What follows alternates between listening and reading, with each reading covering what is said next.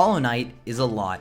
It's a masterpiece, a work of art, a video game extraordinaire, an experience, a journey, an onion, a leek, a potato. Wait, that's just my shopping list. What I'm trying to say here is that Hollow Knight is not something that you want to miss out on. This game is amazing, and I highly suggest you try it. I'm Chepek, and this is Hollow Knight, baby!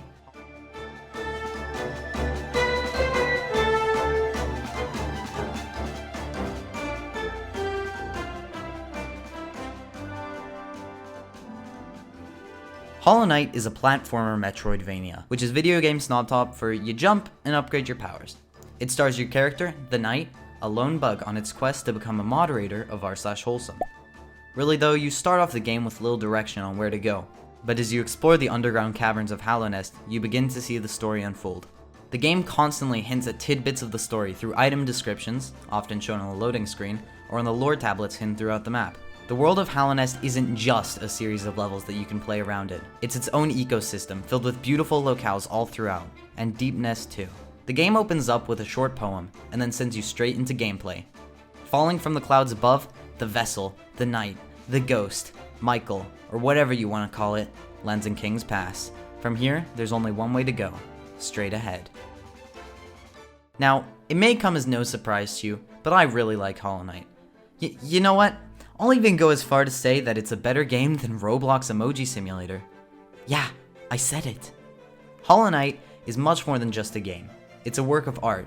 Team Cherry has woven together such an intricate and unique world. With beautiful tracks by Christopher Larkin, the world of Hollow Knight fills you with a sense of wonder and intrigue. When you first find yourself in the desolate corner of the Howling Cliffs known as King's Pass, you aren't given any advice on where to go. You make your way through the area, learning about the Knight and their moveset. The game teaches you the controls, not through endless tutorial screens.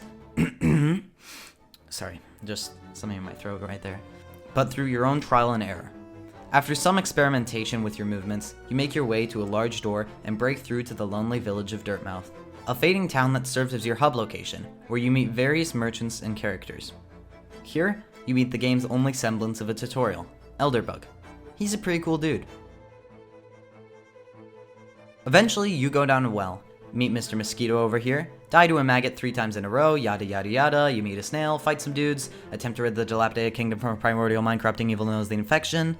You know, basic bug stuff. So it's no surprise to anyone that Hollow Knight is a pretty eventful game, at least when you get through the first bit of it. The beginning is very slow paced, and it only really gets interesting once you've invested a few hours into it, leading to many players losing interest and missing out on what is an amazing story.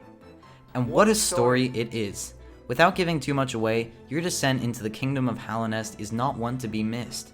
Filled with tons of fun and interesting characters, you'll want to play the entire story from start till finish. That's a lie, you're gonna want to quit as many times as possible. Basic plot aside, Hollow Knight has really interesting gameplay. When you first play it, one of the things you'll notice is the extremely high jump height, which serves for interesting platforming. I'm not saying difficult platforming, Celeste, but some areas of the game do get pretty hard. Hollow Knight starts you off with pretty much 0 abilities, instead opting for you to earn them through progression. This is great because it not only makes you feel a real sense of accomplishment with each ability you unlock, but it allows you time to mess and experiment with each ability for a little while before unlocking the next one. This system does wonders to Hollow Knight's gameplay, as it forces the player to take mental notes of the areas they can't access, so that they can come back to them later with new abilities.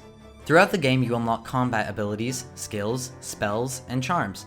Arguably one of the game's most important aspects, charms allow you to have passive bonuses and extra abilities, depending on how many slots you have. Some of them even help you collect Geo and become a slave to capitalism. These countless abilities, 1, 2, 3, 4, okay, these abilities allow for tons of variety and add a lot to the game. Eventually, you'll begin to upgrade your HP and damage, and once you do, charms really come into play. When fighting infected enemies, or really any enemy for that matter, you'll notice you lose a lot of health. This, however, can be remedied. In the top left of your screen, you have a soul meter. This meter gradually fills up as you attack enemies, and each third of it can be used either as a spell or as a way to heal 1 heart. This forces you to play offensively, because any time you don't spend attacking is time you can't spend healing. If you are unfortunate enough to run out of masks, you explode, epic, and wake up at the last bench you used. Benches are this game's checkpoint system, where you heal and equip charms. Usually kept in stag stations, this game's fast travel system, they really help with combat, this game's fighting system. When you respawn on a bench, you'll be missing part of your soul meter, and all of your money. Don't worry though, you can earn it back by going to where you died and finding a goth version of yourself. All of Hollow Knight's mechanics are great fun, and the game wouldn't have the same sense of wonder without them. Although, I'm not really that bothered if you... I'm just trying to say, there's no reason for you to keep the Fluke Nest charm. That's fine. That can go. We don't need this. Okay, Team Cherry, we don't need this. Okay, we don't. What use would game mechanics be if the world of Hollow Nest was boring and uninteresting? Exploring through the kingdom for the first time makes you feel like a kid in a candy store. If all the other customers were trying to brutally attack you, that is. Each section of Team Cherry's world feels so radically different from the last, while still feeling that it belongs. The beautifully hand-drawn scenery matched with the amazing soundtrack, seriously the soundtrack is phenomenal, gives Hollow Nest its own personality. Exploring for the views isn't all you'll be doing though. All over the place there are hidden collectibles, ranging from grubs, the game's crazy little caterpillars that you have to get out of all kinds of situations, to charms and mask shards. Hollow Nest feels alive. Everywhere you'll go, you'll find bugs to talk to, providing your character with new buffs, abilities, and items, and bugs to fight as well. A huge part of Hollow Knight's fun comes from its boss battles. With a grand total of 46 bosses and Gruz Mother, you'll find yourself fighting them for hours. Is that necessarily a good thing? I won't say. But the satisfaction you feel when you beat those stupid beetles after 4 hours of dying in a row, oh my god, is great.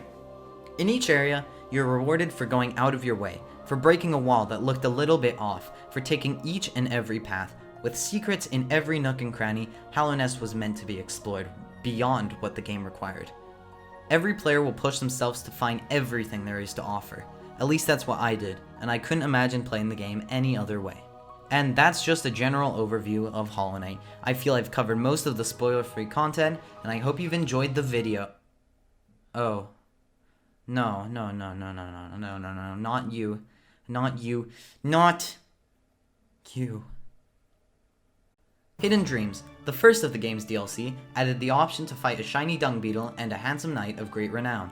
It also brought quality of life changes, such as a new stag station and a fast travel mechanic known as Dreamgate. Following Hidden Dreams, Grimm Troupe took the stage with its implementation of a mysterious traveling 10, Spooky, where you can meet new characters and upgrade some of your charms. After fighting one of the new bosses, it's up to you to either end the curse or continue the dance of the Scarlet Flame. One of the weaker content add-ons, Lifeblood, introduced a new boss and map markers? I don't really have a lot to go off of here, but it did fix a lot of the game's bugs. I'm so sorry. No, really, I am just so sorry. Finally, the game's magnum opus. If Hollow Knight is a cake, then Godmaster is the icing. Except it's stacked up 2 meters tall and you've ruined Timmy's birthday party. Thanks a lot, you monster. What I'm trying to say is that Godmaster, wait for it, is a lot. It says goodbye to the story and gives you a game mode of non-stop boss battles. Featuring 5 different boss rushes, called Pantheons, Godmaster is a pain to complete, but when you do, the sense of accomplishment does not add up, seriously. I've sunk in so much time into this, I can't. Why are you doing this to me? With all that said, Hollow Knight is a game truly worthy of representing the indie games industry. The detail put into every part of the game is outstanding. Hollow Knight will have you wanting to play until completion. Overall, one of the best gaming experiences of my life, I give Hollow Knight a 1 out of 10. The Pantheon of Hollow Nest can go screw itself.